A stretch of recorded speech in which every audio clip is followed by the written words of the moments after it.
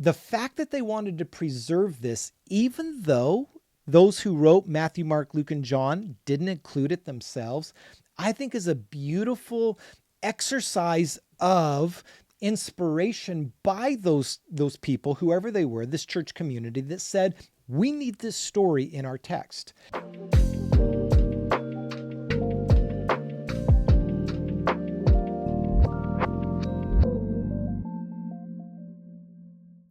Hi, everybody. Welcome to another episode of Whiskey in the Writings.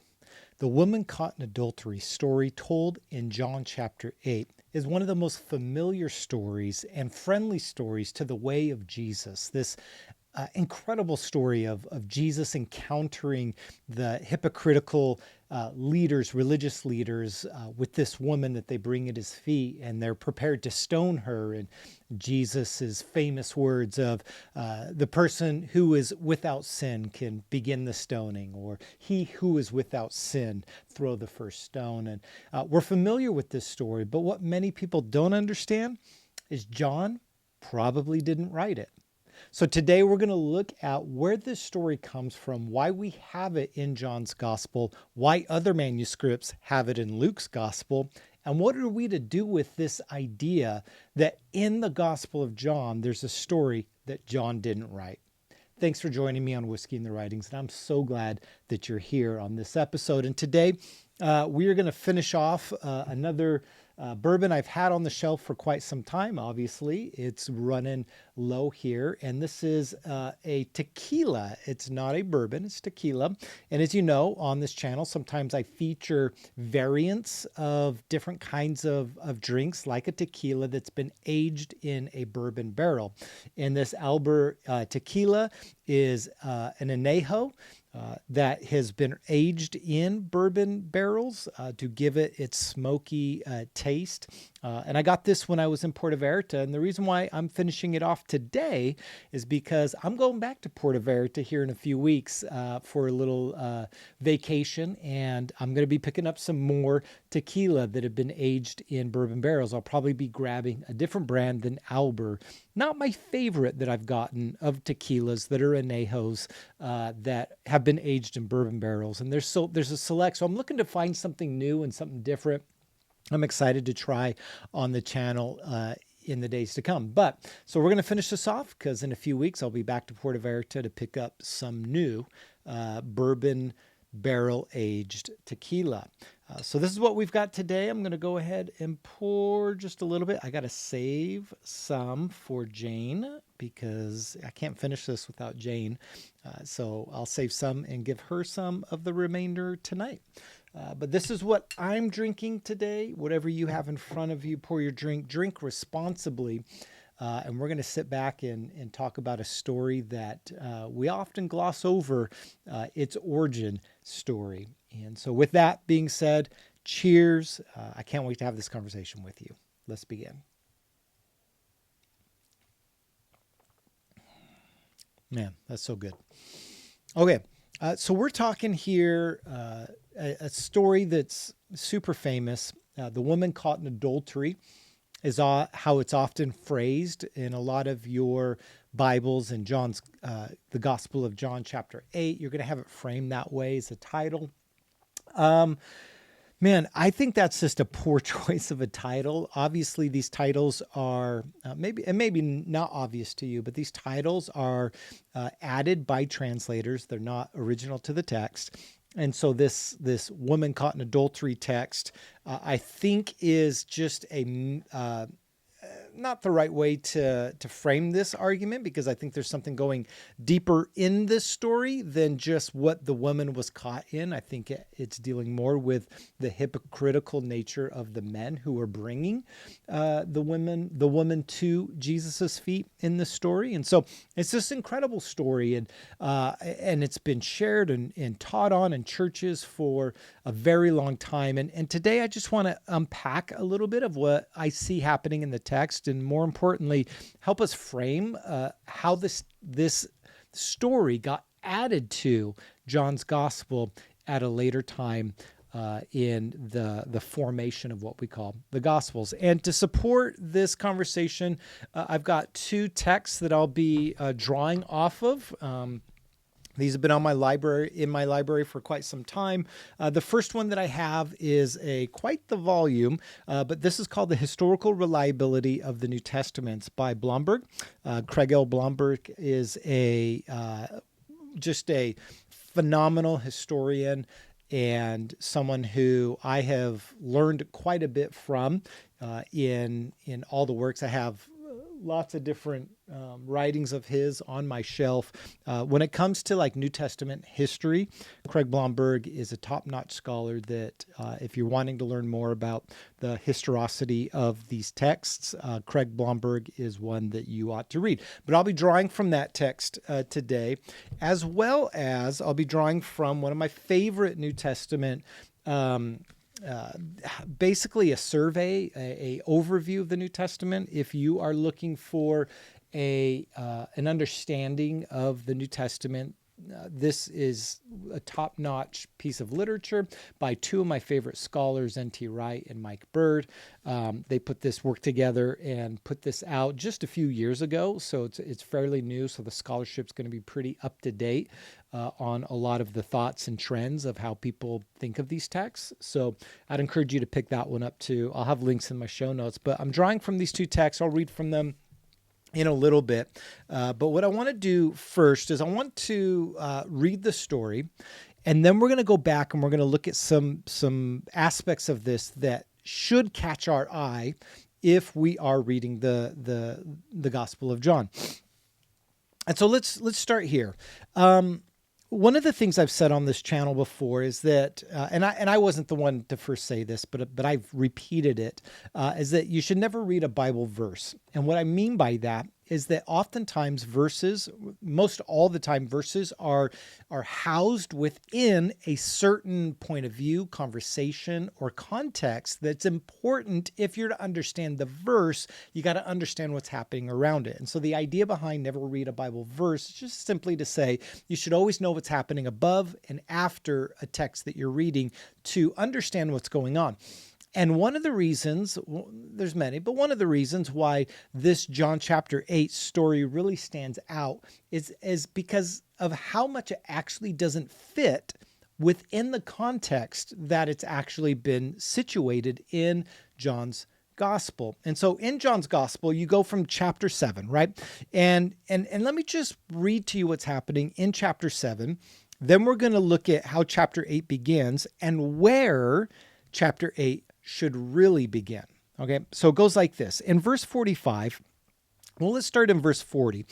So it says this is the way that John writes it. When they heard these words, some of the crowd began to say, "This is really the prophet." Others said, "This is the Christ," which is the Messiah. That's a title, not a surname.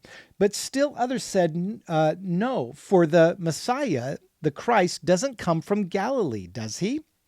Did the scriptures say that the Christ is a descendant of David and comes from Bethlehem, the village where David lived?" So there was a division in the crowd because of Jesus. Some of them who were wanting to seize him, but no one laid a hand on him. So already we have a conversation and a debate about who Jesus actually is. Is he the Messiah? Is he the promised Christ, the anointed one who's going to come and rescue Israel? If you're unfamiliar with those terms, I made a whole series on what the Messiah means, and I'll have that in my show notes as well. You can go back and check out those videos to learn more about what the Christ actually means in the Jewish imagination of a rescuer and a redeemer, one who was anointed by God to bring freedom to their people. So that's the debate. Is he or isn't he?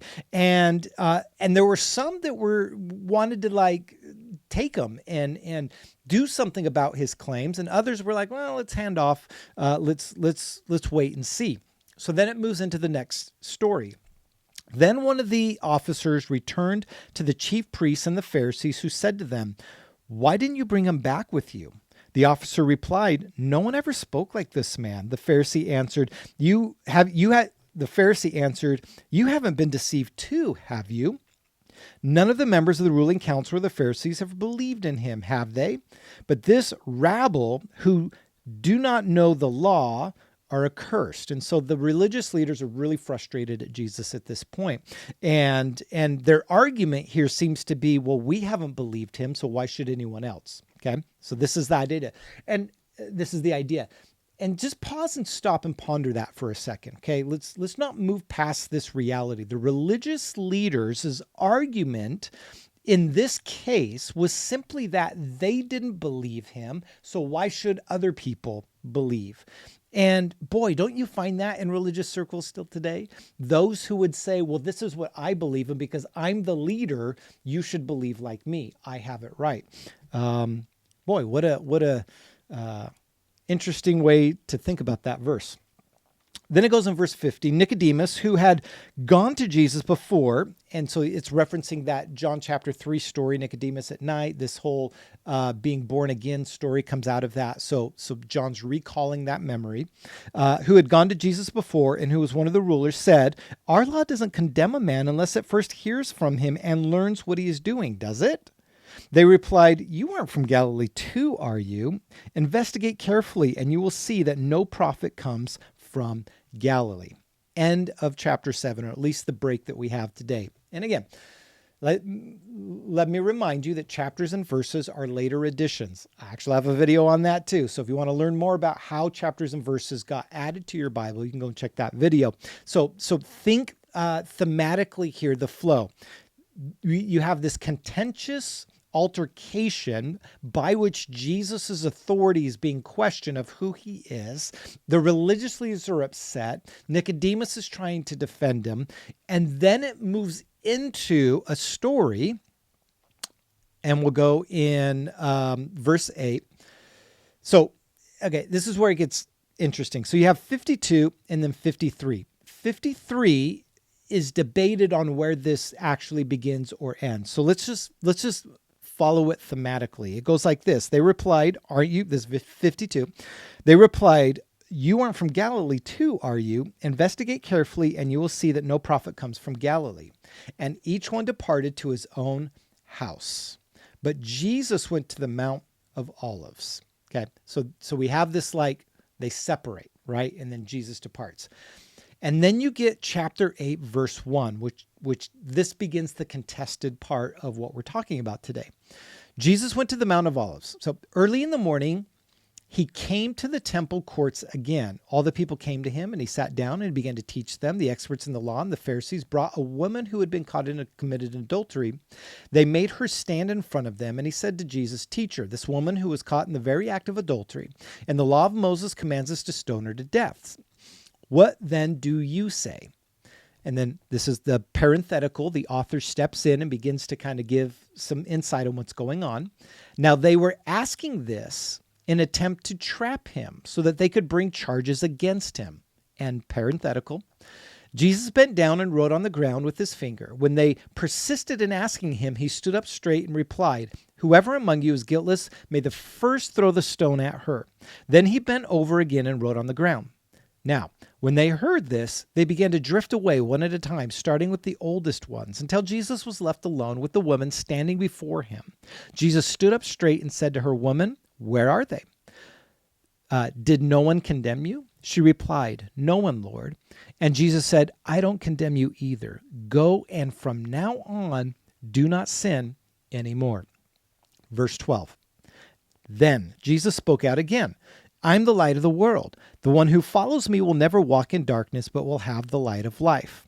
So the Pharisees objected. You testify about yourself, and it goes on and on. Okay, so here we have the point of interest in this conversation here. At the end of 52, if it just goes like this, they replied, You aren't from Galilee too, are you? Talking to Nicodemus. Investigate carefully, and you will see that no prophet comes from Galilee.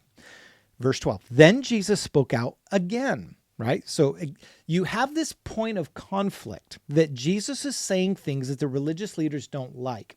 And the thematic flow moves from Jesus being challenged about what he says to saying something again that is challenging the status quo of what the religious leaders think he ought to be and do. And so it goes right into, then he spoke again, just like he did last time. And he says, I'm the light of the world. So, and it goes into this statement that the Pharisees objected. So thematically speaking, this chapter 8, verse 1 through 11 is a break in this, like, this way of telling the story that doesn't seem to fit what's going on here. Okay, so in all of your Bibles, you should have this bracket around verses 1 through 11. If you don't have that bracket, or a statement above that says some of our earliest manuscripts don't contain this verse, look at your Bibles again and ask yourself, what kind of Bible do I have? Because the translators aren't trying to hide this from you. This isn't some mystery or some like, oh my gosh, they're sneaking something in. This is something that has been known and is known, and the translators don't hide this from you. They actually tell you about it. And so let's examine this for a second. What is going on here? Why does this story of this adulterous woman exist where it does in John's gospel, if it doesn't exist in the earliest manuscripts of John's gospel? And when I say that, here's what I'm talking about here. When we look at copies of these writings, you have manuscripts that can date hundreds of years apart from each other. And so what scholars do is that they do dating, they do analysis, writing analysis, carbon dating to determine when texts are early or later. And you can tell in handwriting, you can tell in how translators choose to say certain things in their copies. So we have all of this information. And when the scholars look at the earliest datings that we have of John and these stories, this story of the adulterous woman doesn't appear. And that's significant, okay? Later manuscripts do have it. Ones that date hundreds of years later do have the manuscripts. Now, here's something else, and I'll turn to Craig Blomberg because I think he says it well here in how he positions this, because Craig also, when he's dealing with manuscript evidence, also identifies there's another long discourse in one of the Gospels that you may be familiar with that doesn't appear in the earliest manuscripts, and it's in Mark's Gospel. Can you guess what it is? It's the ending of Mark's Gospel. The earliest manuscripts don't contain a resurrection story in Mark's Gospel. And I've talked about this when I did a series on Mark. I talked about this longer ending and where that may come from. And but these are the two longest stories about Jesus that exist that there is no consistent thread of its existence in the manuscript evidence. Okay, so listen how Craig puts it, and I'll read it to you here. He says this: some manuscripts include chapter 8, 2 through 11, or only verses 3 through 11, with or without asterisks. More intriguingly, he says, the important early family of manuscripts known as Family 13 place the story not in John at all, but after Luke 21:38. One minuscule places it after John 7:36 and another after John 21:25, i.e. at the end of the gospel. And one after Luke chapter 24:53 at the end of that gospel. So what is Craig identifying here? He's essentially saying this story of the adulterous woman, if you were just to take that story as a whole, it's as if that story existed independently somewhere in the tradition of the stories of Jesus. And those who were copying manuscripts back in the day didn't know what to do with this story. And so some scribes, some manuscript copyists added it where we have it today. Some added it to the end of John's gospel as if to say, I don't know what to do with this, so we're just going to put it at the end. And some even put it in Luke's gospel and exclude it completely from John's gospel. Think about that for a second. And some copies of your New Testaments, some of the earliest copies of your New Testaments, John's Gospel, don't contain this story at all. And in fact, some manuscripts move it to Luke's Gospel and not in John's Gospel. That's crazy. Think about that for a second. This thing that we call the Bible, that is this authoritative piece of literature in our lives, that we believe has the power to speak wisdom and life to us. Some of the stories that are contained within the writings, the writer themselves didn't even write. Let me just let you think about that one for a second. Most scholarship, and again, I always say most scholarship. I don't tend to say all scholarship because there's always a debate. But some of the best scholarship out there all conclude that John didn't write that story. That somewhere along the line, a scribe came along and added it later. Now I have some thoughts on that, but I want to turn to another theologian that coming out of the New Testament and its world. I told you I was going to reference these. I love how Wright and Bird talk about this story. Listen to how N.T. Wright and Mike Bird tell it. They say this: at this point, the narrative flow is sharply broken by the story of the woman caught in adultery, or better perhaps, the men caught in hypocrisy. I love that way that they say that.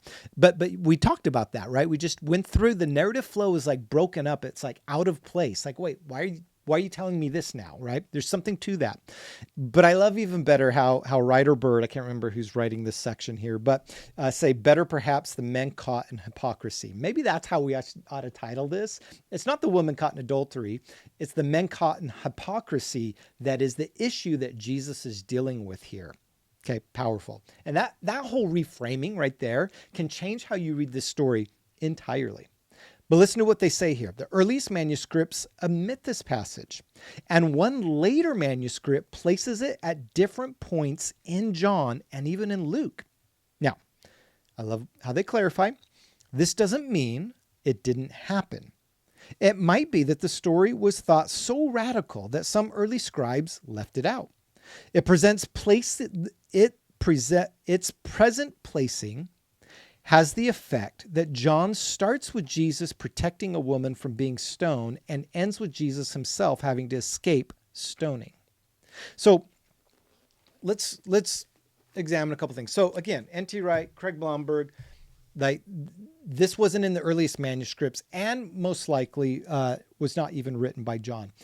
So what do we have going on here? And then I'm going to talk about why it might appear in Luke's gospel. I'm going to talk about why it's where it's at in John's gospel, and why it still matters for us today. Why this shouldn't cause a problem for you when we are thinking about the biblical text. Okay, so first let's talk about why would it appear in Luke's gospel? Well. So some of the later manuscripts have this story being, again, if you were to pluck it out and have this story and then you move it over to Luke's gospel, back over to Luke's gospel, why would it be placed there? Well, if you're familiar with Luke's gospel, one of the key things that stands out about Luke's gospel is how Luke emphasizes the role of women in Jesus's ministry and in around Jesus. Luke talks about and identifies more women by name and by reference than any other gospel does. Luke is a very favorable gospel when it comes to women. And it makes sense when you get to Acts, his two-part, because it's a Luke Acts.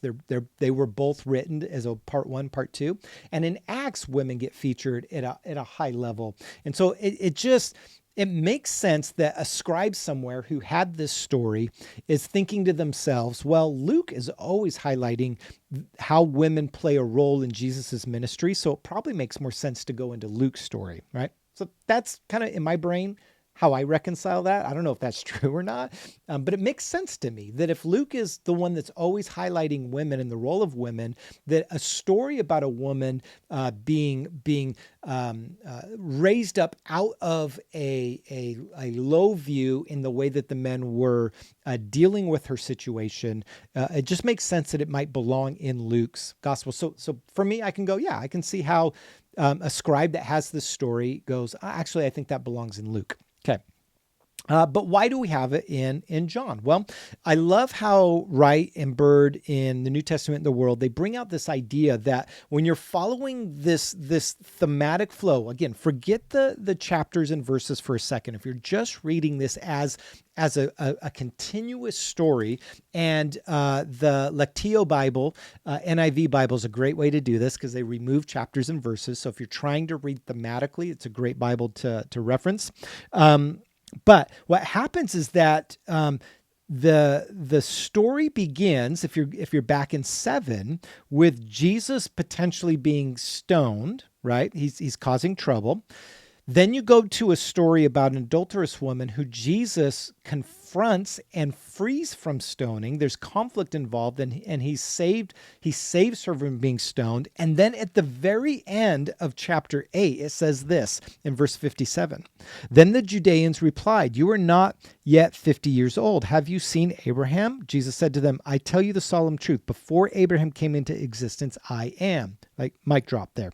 Then they picked up stones to throw at him, but Jesus was hidden from them and went out from the temple area.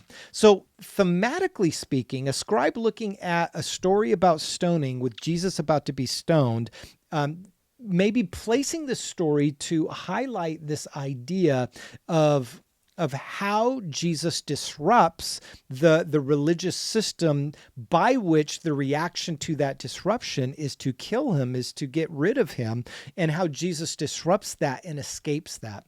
Okay, so that's kind of like a hypothetical, maybe, that and Wright and Bird kind of draw that out there. And I think maybe that thematically fits a little bit better. So the question of like, well, then why does it appear where it does in John's gospel? It seems that the scribe saw a connection to Jesus delivering this woman from being stoned and himself being stoned in relationship to the conflict of the law, because this is, if you remember back in chapter 7, the whole situation is like, they don't know the law. He doesn't know the law.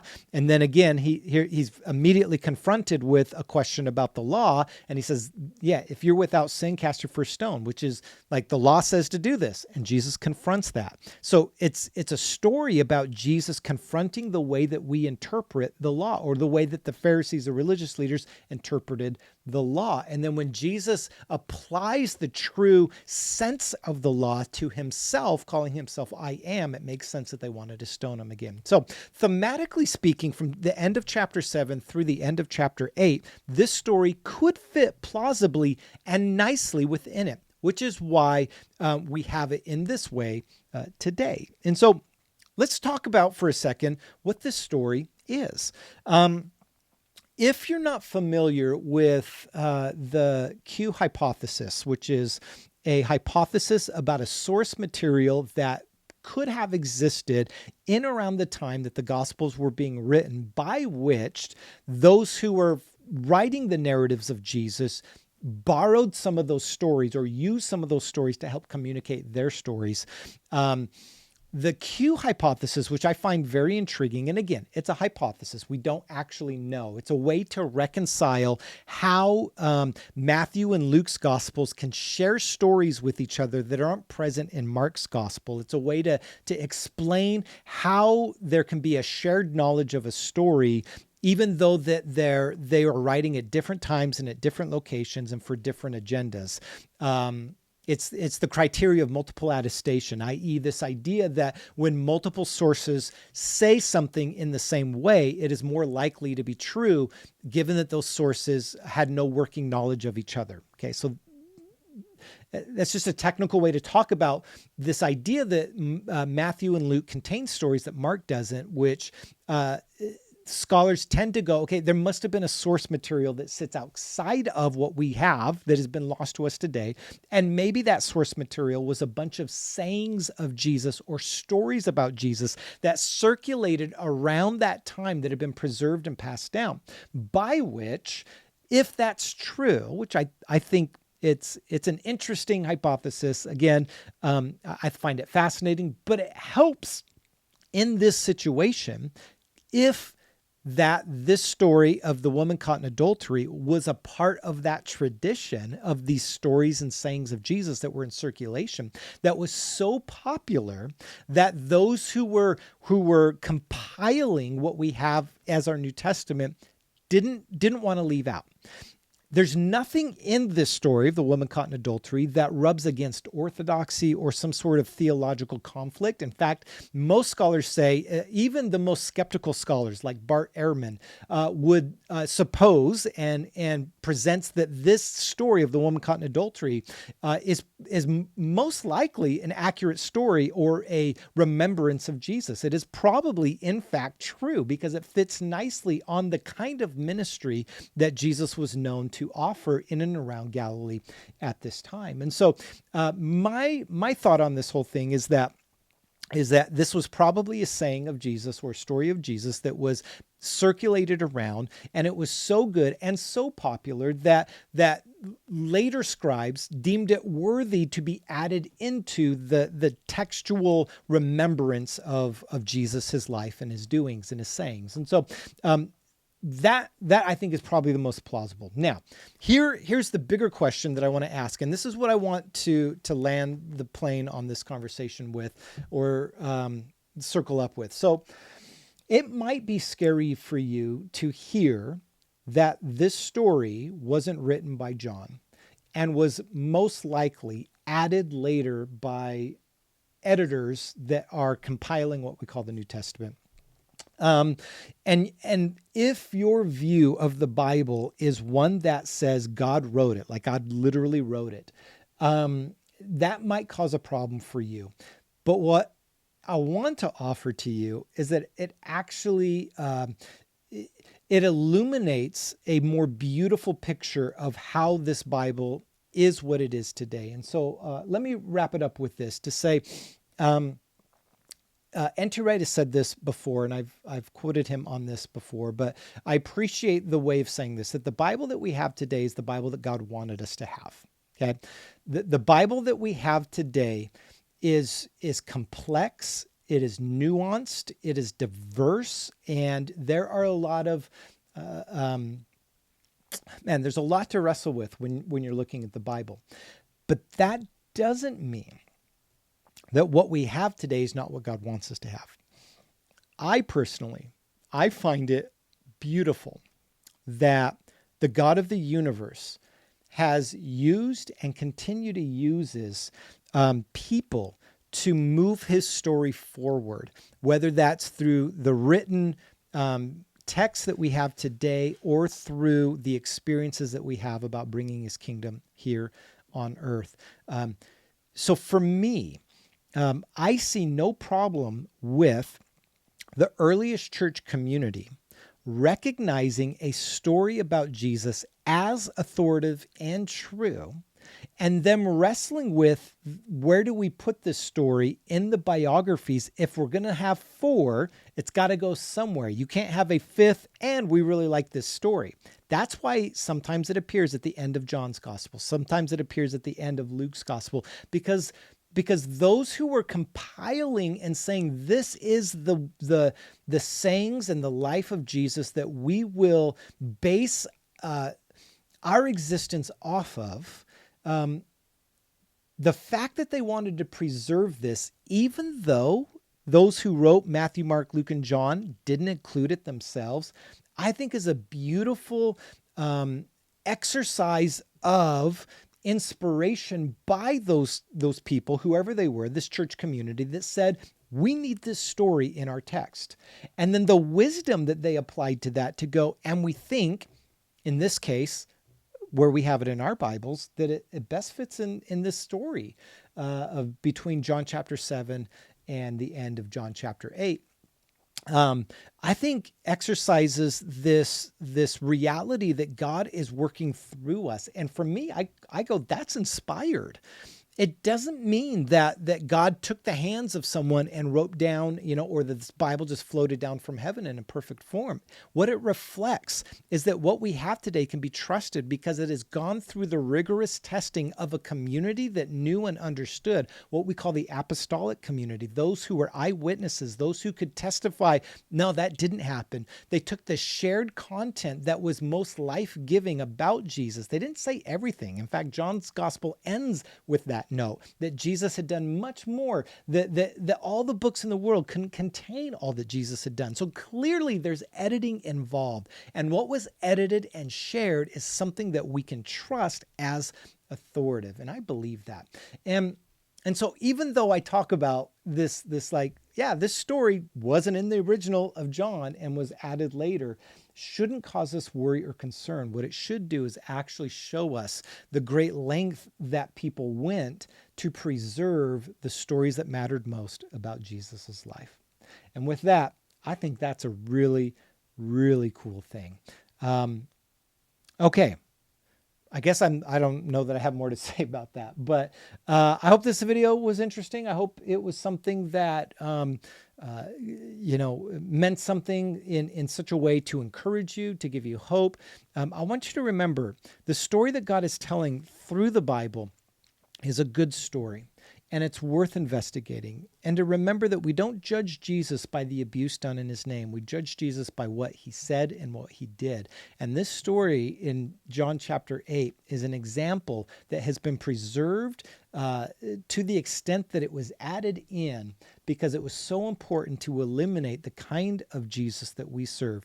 The kind that calls out the religious hypocrisy of the world around him and redeem and restores the people that are abused most by it. And with that, I think that's a good story worth telling. Thank you for joining me on this episode of Whiskey in the Writings. If this was valuable, share, like it, subscribe, do all the things that help this channel grow. I appreciate you tuning in, and cheers. We'll see you next time.